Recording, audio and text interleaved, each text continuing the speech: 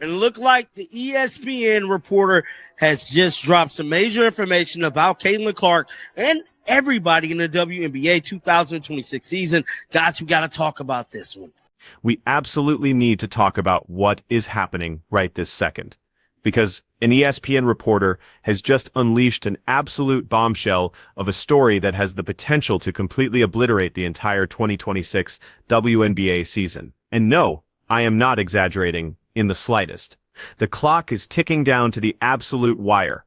The league's collective bargaining agreement is officially set to expire tonight at exactly 11:59 p.m. Eastern.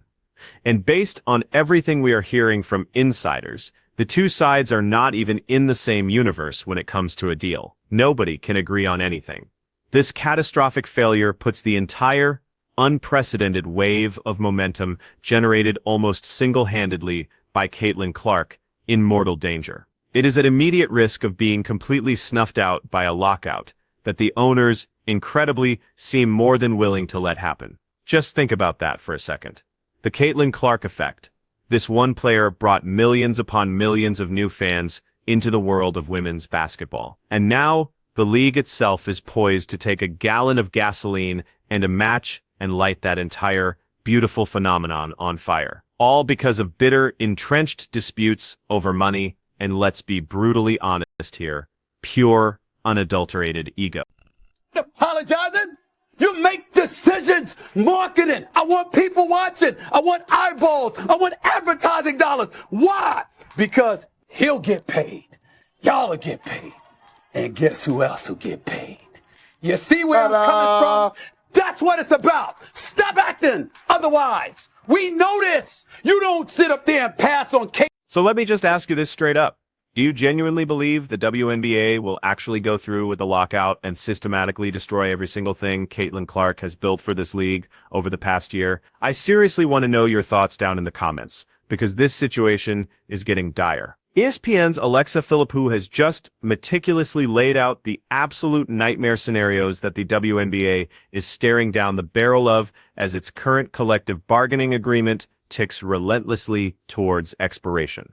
That deadline, remember, hits at 11:59 p.m. Eastern tonight. We are literally talking about mere hours away as this news is breaking, and the potential outcomes, well, they range from simply bad to utterly franchise-ending catastrophic. And every single one of them threatens to completely derail the incredible once-in-a-generation wave of momentum that Caitlin Clark has generated for women's basketball. So let's actually break down the 4 possible scenarios that Philippou outlined, because you need to understand what's truly at stake here to grasp just how badly the WNBA owners are fumbling this historic golden opportunity. Okay, scenario 1. The cleanest and simplest solution would be for a temporary extension to be agreed upon by both the league and the players. This would basically keep the lights on and allow basketball to continue while they hash things out behind the scenes. But here's the glaring obvious problem with that logic. If they were going to agree on something so simple, it would have been done days, if not weeks ago. The fact that we are hours away from the cliff with deafening silence tells you everything you need to know.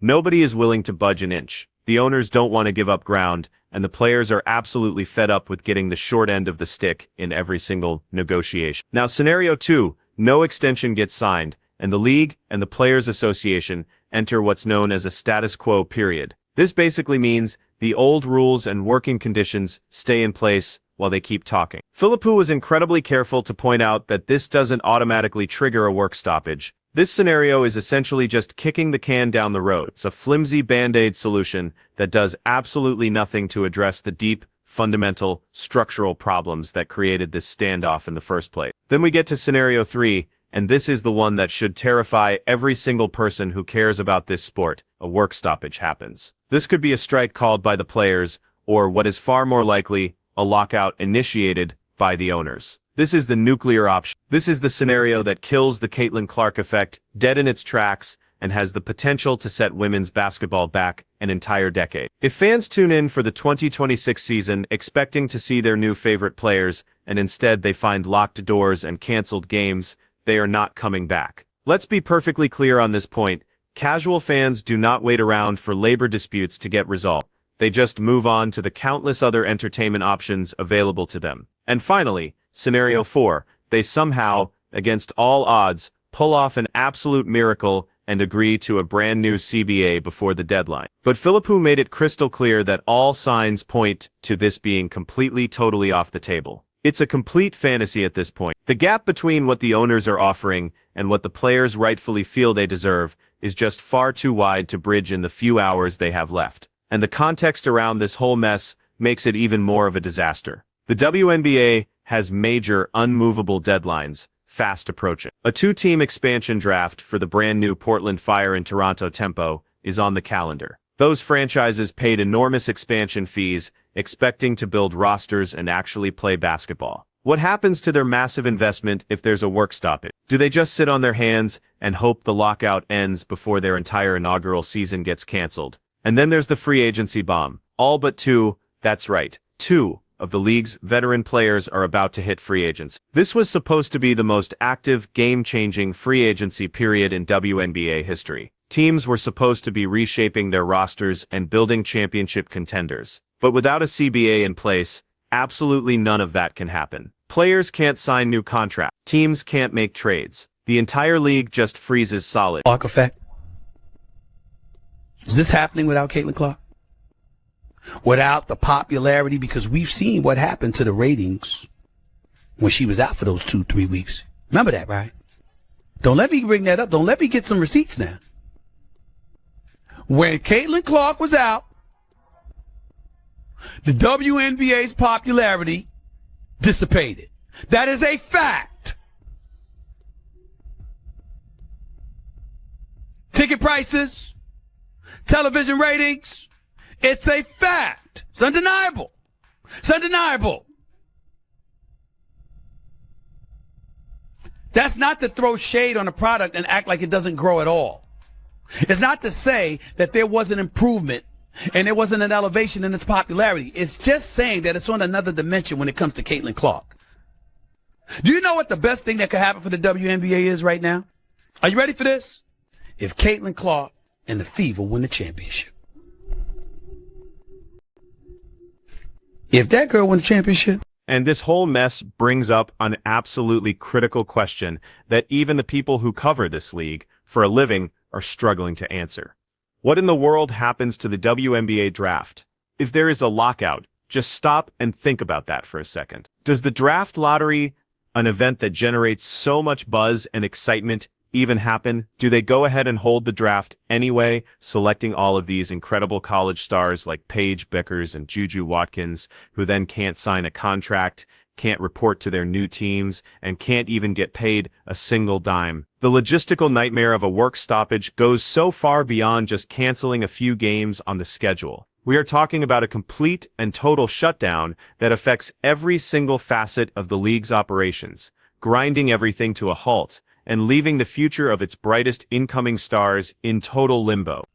Because this is the most popular women's basketball player in the world, and it ain't close.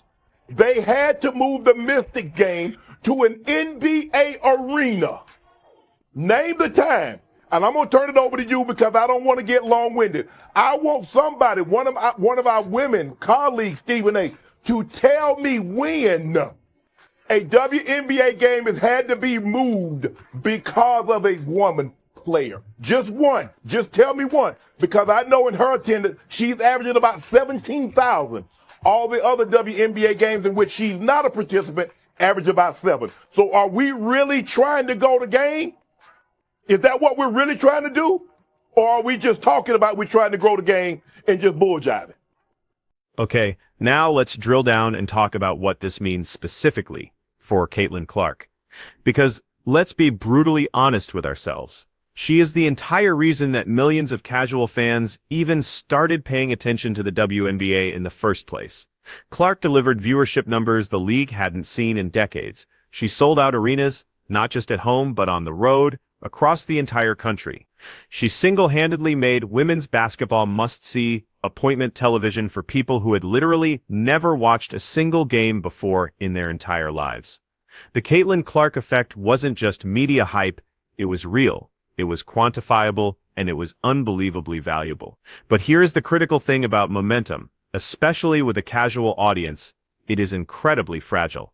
We're not talking about die-hard fans who will stick with the league through thick and thin. We are talking about the millions of people who tuned in because Clark was electrifying to watch and the games were finally accessible. If those same people expect to see her play in 2026 and instead find out the entire season is canceled because a bunch of millionaire owners and players couldn't agree on how to split a pile of money, they are gone. Period. They will find other sports, other Netflix shows, other ways to spend their time and their money.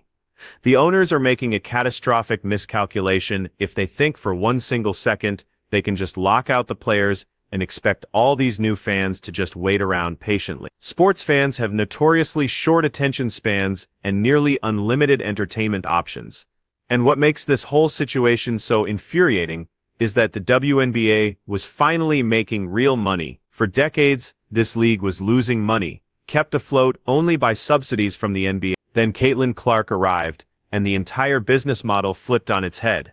Television ratings absolutely exploded. Merchandise sales went to the moon. Ticket sales went through the roof. Corporate sponsors that had ignored the league for years were suddenly lining up with huge checks. And what is the owner's response to finally having a profitable, growing product? It seems to be to risk destroying it entirely by refusing to share those profits fairly with the very players who made it all possible. It is a level of short-sighted greed that could genuinely kill the golden goose for good, and the timing of this potential lockout could not possibly be worse for another huge reason. Alternative leagues, like Unrivaled Basketball, are circling like sharks. They are actively positioning themselves to snatch up WNBA talent. Unrivaled is offering competitive salaries, shorter seasons, and better working conditions. They are ready to swoop in and start signing players the second the WNBA locks them out. And don't mistake these for fly-by-night operations. Some of these alternative leagues have serious financial backing and legitimate business plans. They are not going away. If the WNBA plunges into a lockout and star players start signing with Unrivaled, what happens when the lockout finally ends? Do those players just come back?